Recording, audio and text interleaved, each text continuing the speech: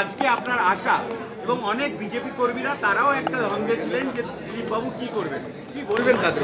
দেখুন, রাজনীতিতে ধারণা তৈরি করা, এজেন্ডা চালানো, এটা একটা বড় অস্ত্র।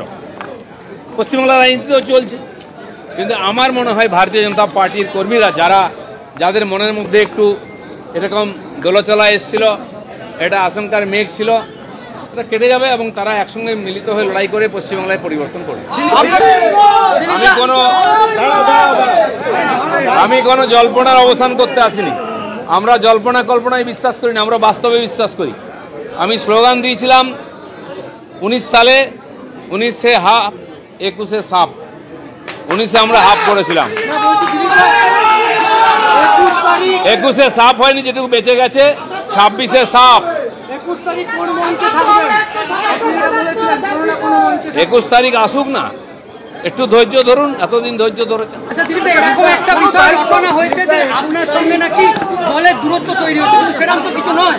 আজকে যেভাবে শ্রমিকদের পাশে আপনি এসে একসঙ্গে, শুনুন, দূরত্ব তৈরি হয়েছে কি হয়েছে, দূরত্বের প্রশ্ন নেই। আমি বিজেপিতে আছি, বিজেপির কাজ করছি।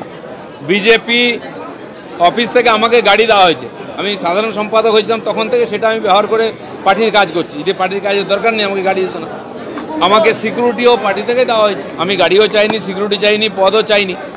আমাকে যোগ্য মনে করেছে পার্টি, যা যা কাজ করাবার বলেছে আমি এটা করার চেষ্টা করি। জেলার সব কার্যকর্তারা লেগে আছে, আমি স্ট্রিট কর্নারও করেছি ওখানে। সেদিন শ্যামাপ্রসাদ জয়ন্তী 6 তারিখে খড়গপুরের মাননীয় শ্যামাপ্রসাদজির মূর্তি স্থাপনা করেছি আমরা, তো লেগে আছেন কর্মীরা। মাননীয় রাজ্য সভাপতি যখন জেলা সফর শুরু করবেন, আমরা চাইবো মেদিনীপুরে প্রথমবার আসুন, সেখানে সমস্ত কর্মীরা তাকে সম্মান জানাবেন। এখন তো কমিটি হয়নি, জেলা কমিটি হয়নি, রাজ্য কমিটি হয়নি।